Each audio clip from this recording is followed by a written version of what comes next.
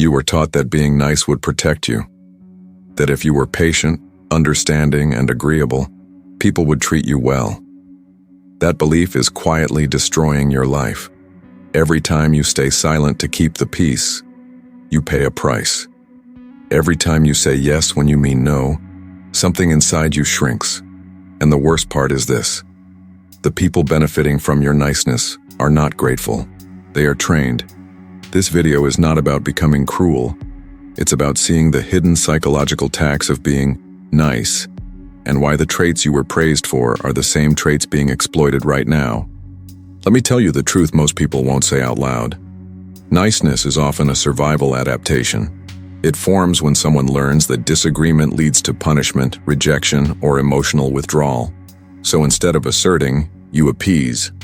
Instead of confronting, you smooth. Instead of saying no, you explain. And the world rewards you at first, which makes the trap almost invisible. People smile when you're nice. They say you're easy to work with. They call you kind, supportive, dependable. But what they don't say is just as important. They don't say you're respected. They don't say you're decisive. They don't say you're formidable. And over time, you feel that absence. You feel it in how people interrupt you, how they delay responding, how they assume you'll adjust.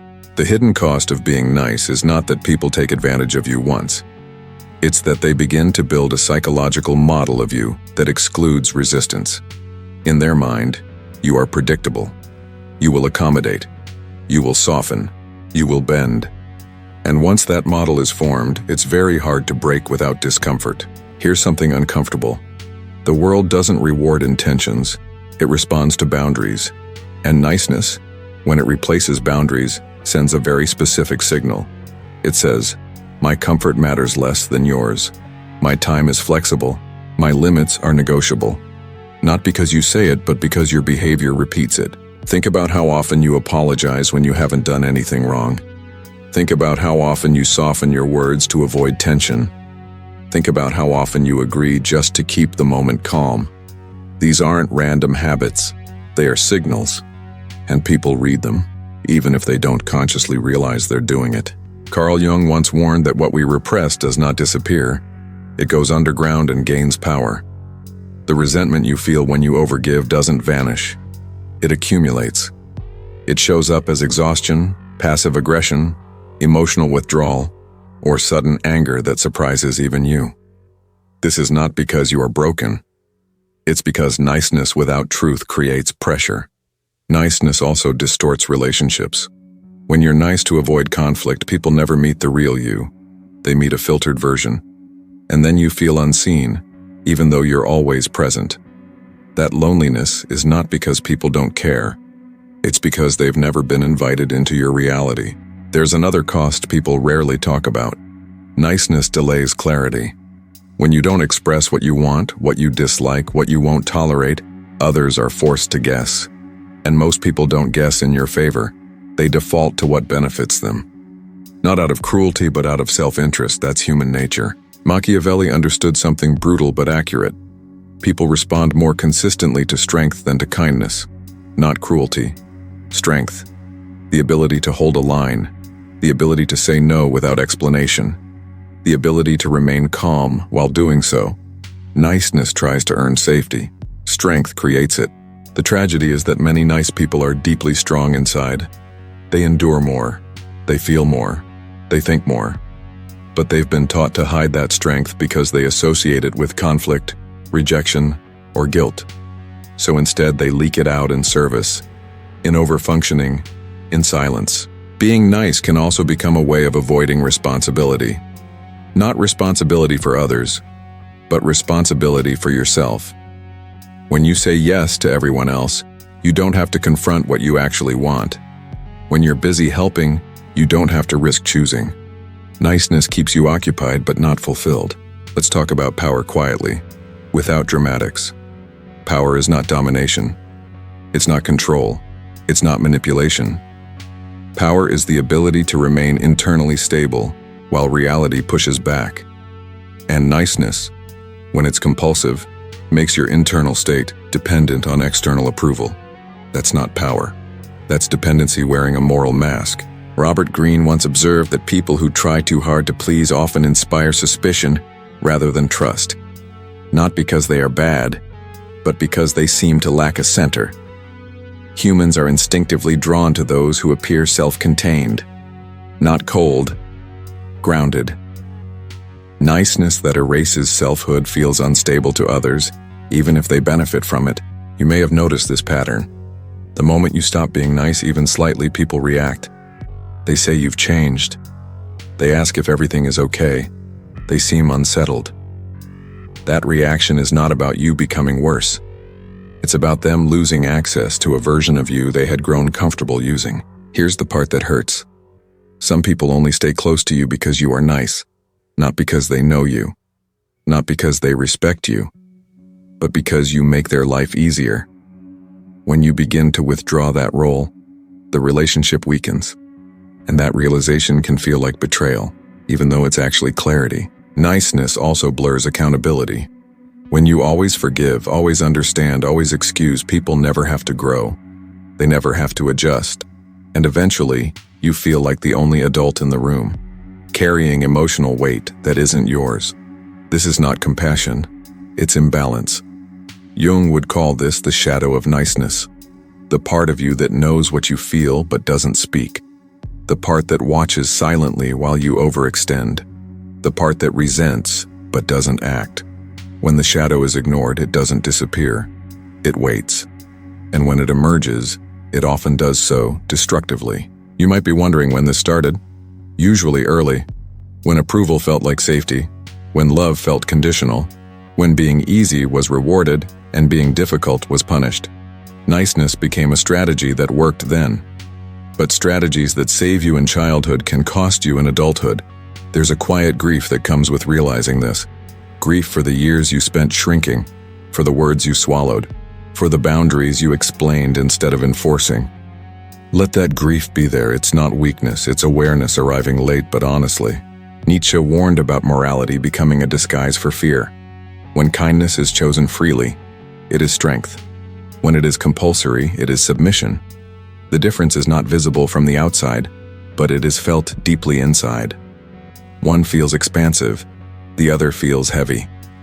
Notice how being nice often requires you to monitor everyone else's emotions, to anticipate reactions, to manage moods. That constant vigilance is exhausting, and over time, it disconnects you from your own signals. You stop asking what you feel. You ask what will keep things smooth. This is where many people lose their voice. Not suddenly, gradually, through 1,000 small accommodations, through choosing peace in the moment over truth in the long run, and the cost shows up later when you no longer recognize the life you've built around everyone else's comfort. Being nice can also distort your sense of worth. You begin to measure yourself by how useful you are, how needed, how appreciated, and when that appreciation fades, you feel empty. Not because you are empty, but because your value was externalized. Let me slow this down. I'm not telling you to become cruel. I'm not telling you to withdraw warmth. I'm asking you to see the difference between generosity and self-erasure, between kindness and fear of conflict, between peace and avoidance. True kindness includes honesty. It includes refusal. It includes disappointment. It doesn't collapse when misunderstood. Niceness does. Niceness panics when harmony breaks. Kindness can withstand tension without abandoning itself. There's something else that's rarely said.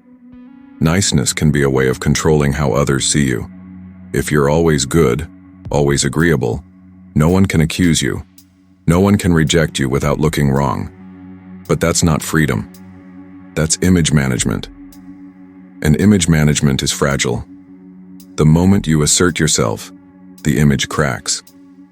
People who benefited from your niceness feel confused or threatened. They may test you, push back, guilt you. This is not a sign you're wrong. It's a sign the dynamic is changing. The hardest moment is the first boundary you set without justification. No long explanation, no apology, just a calm no. That moment often reveals more about your relationships than years of niceness ever did. You might feel selfish.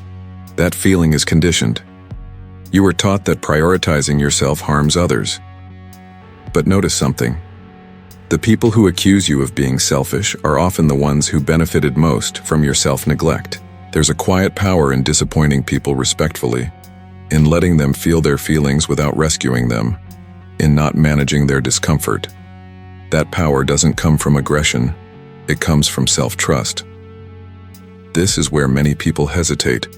They fear becoming alone. They fear being misunderstood. They fear losing connection. But connection built on self-erasure is already unstable. It just hasn't collapsed yet. You don't need to announce that you're changing. You don't need to confront everyone. You don't need to overcorrect. Awareness comes first. Seeing the pattern, feeling the cost, letting that understanding settle without rushing to fix anything. There's a difference between being liked and being respected. Niceness often earns the first temporarily and sacrifices the second permanently. Respect grows when your yes means something because your no exists. As this sinks in, you may notice resistance, a voice that says this sounds cold, or harsh, or unfair. That voice is the old strategy trying to survive. Thank it for what it once did, then let it rest. You are allowed to be kind and firm, warm and boundaried, generous and selective. These are not contradictions, they are signs of maturity. For now, don't change your behavior yet. Just observe. Watch when you default to niceness. Notice the body tension, the impulse to smooth, the urge to explain. Observation without judgment is the beginning of power. In the next part, we'll go deeper. We'll talk about why people react the way they do when niceness disappears, how identity shifts, and what replaces niceness when you stop using it as armor. For now, sit with this. If any part of this felt uncomfortably accurate, that's not coincidence, that's recognition. And recognition is where real change starts.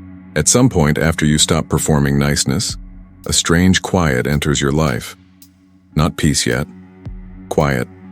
The kind that feels unfamiliar because you're no longer filling every space with reassurance, explanation, or emotional labor.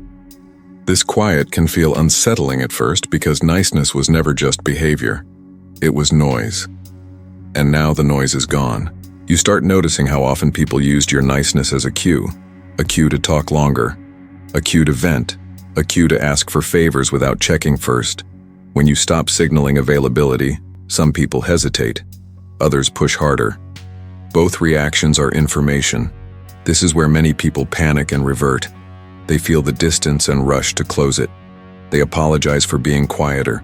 They over-explain the boundary they just set. They soften the edge until it disappears.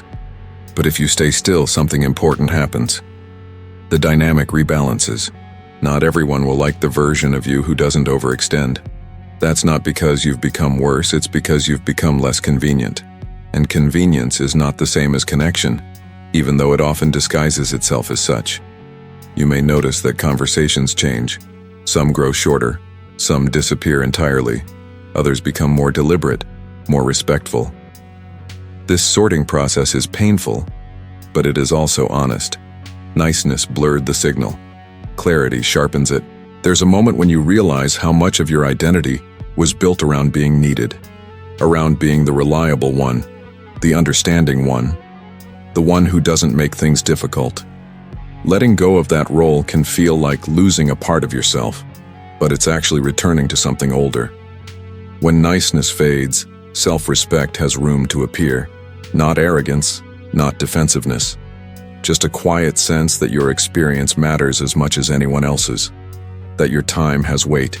That your energy is not endless. People often ask what replaces niceness. The answer is not hardness, it's discernment.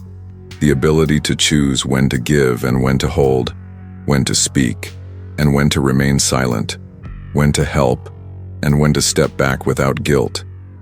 This is where kindness becomes intentional instead of compulsive. You don't give because you're afraid of tension. You give because you want to. And when you don't want to, you don't. That simplicity feels radical because most people never practice it. Some relationships will not survive this shift. They were built on asymmetry, on your flexibility compensating for someone else's rigidity. When you stop bending, the imbalance becomes obvious. And imbalance, once exposed, rarely heals without effort from both sides.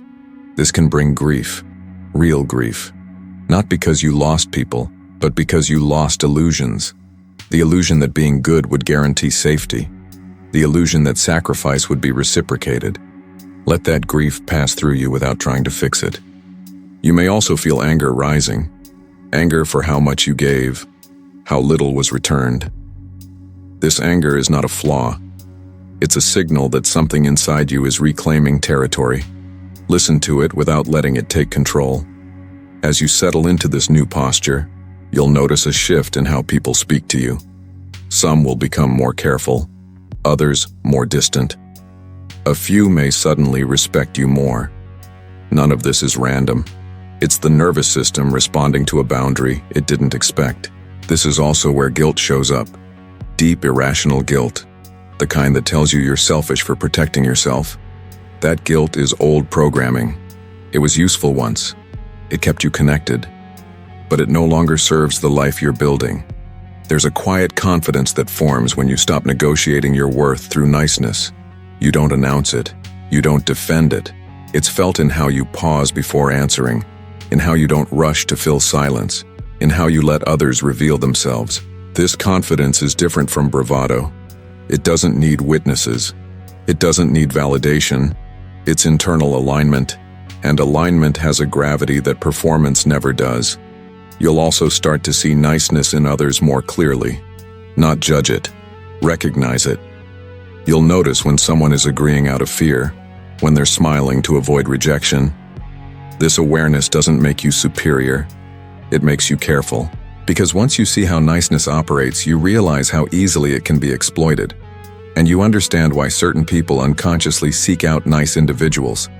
Not to harm them intentionally, but because they sense malleability. With time, your nervous system adjusts. You stop bracing for disapproval. You stop rehearsing explanations. You stop scanning rooms for emotional temperature. That energy returns to you, and you feel more present, more solid. There's a moment when you realize you're not as tired as you used to be. Not physically, psychologically. The constant management is gone. You're no longer carrying invisible weight for everyone around you. This doesn't mean life becomes easy. It becomes honest, which is harder at first but sustainable. You face tension when it arises instead of dissolving yourself to avoid it. That courage compounds quietly. You may lose the label of nice. Some people will say you're colder, others will say you've changed. Let them. Labels often shift when roles dissolve.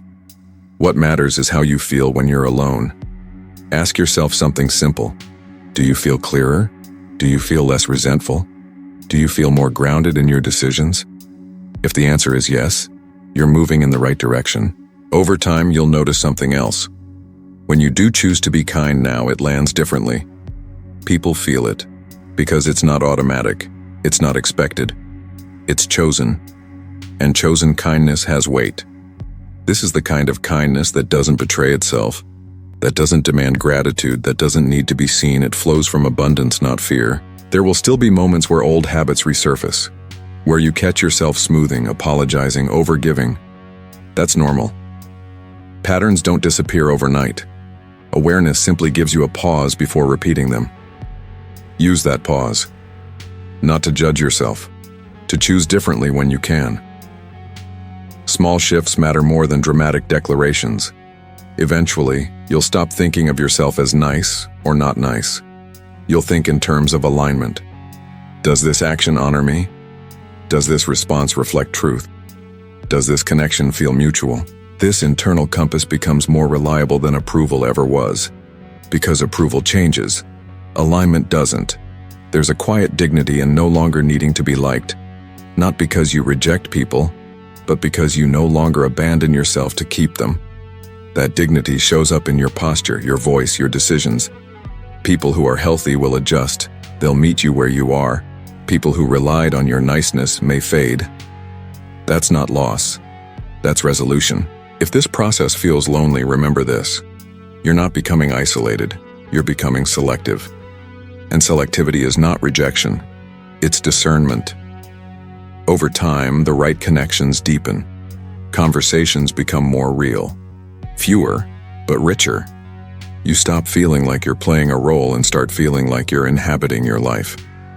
This is what maturity often looks like from the inside. Less dramatic, less performative, more grounded, more quiet. Niceness once kept you safe, but safety is not the same as fulfillment. And what you're building now is not safety. It's self-respect. Self-respect doesn't demand perfection. It asks for honesty. With yourself first. With others when it matters. If you take nothing else from this, remember this one thing. You don't need to harden to stop being nice. You need to tell the truth sooner. To yourself. Then, when necessary, to others.